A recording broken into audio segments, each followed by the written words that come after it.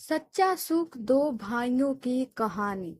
निरंजन जी अपने घर के बरामदे में बैठे अखबार पढ़ रहे थे। तभी उनकी पत्नी संतोष ने चाय देते हुए पूछा, संतोष, आज आप अखबार ही पढ़ते रहोगे या कोई और काम भी करोगे? निरंजन जी, हाँ हाँ, आज की छुट्टी पूरी तुम्हारी। बताओ क्या काम करना है? संतोष, ओ मैं सोच रही थी देवर जी के घर जाने की।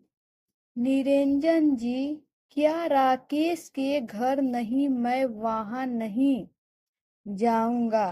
तुम जानती नहीं, अपना हिस्सा मांगने के लिए उसने कितनी बेइज्जती की थी हमारी। बाबूजी के मरते ही उसे हिस्सा लेने की इतनी जल्दी थी कि 13वीं तक भी नहीं रुका, पहले ही लड़ाई झगड़ा शुरू कर दिया। संतोष, वो सब तो ठीक है, लेकिन इस बात को 5 साल बीत गए। निरंजन जी, तो इन 5 सालों वो एक बार भी हमसे मिलने आया या कभी फोन पर बात की? वैसे आज अचानक वहां जाने की जिद क्यों कर रही हो? संतोष, नहीं, कुछ नहीं, बस ऐसे ही। निरंजन जी,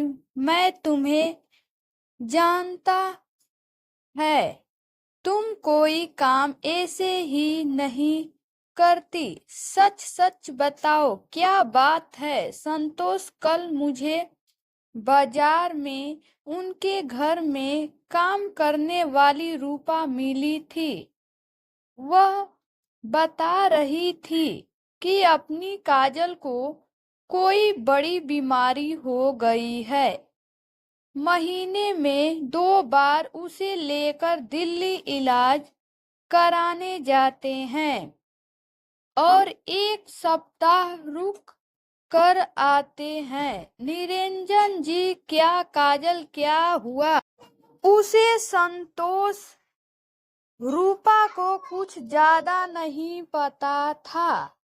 वो तो कह रही थी सारा पैसा बेटी की बीमारी में लग गया। अब तो मकान बेचने की तैयारी हो रही है। मुझे भी कह दिया है कि कहीं और काम ढूंढ लो। यह सुनकर निरंजन जी असहज हो गए। निरंजन जी इतना नालायक हैं, कुछ बता नहीं सकते। चलो, अच्छे में न सही, बुरे समय में तो खबर दे सकता है, पर उसकी तो नाक कट जाएगी मदद मांगने में।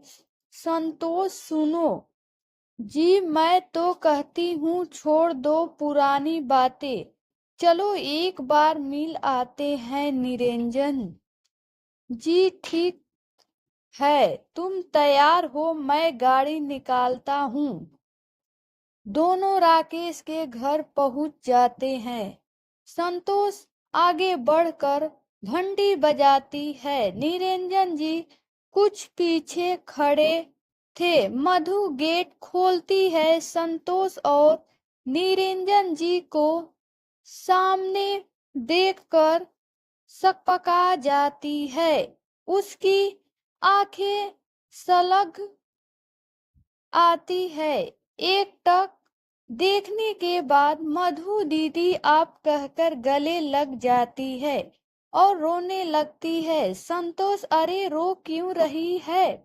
देख, तेरे भैया भी आए हैं। मधु अपने को संभालते हुए निरंजन जी के पैर छूती है, दोनों को अंदर लेकर आती है। अंदर आते ही दोनों दंग रह जाते हैं।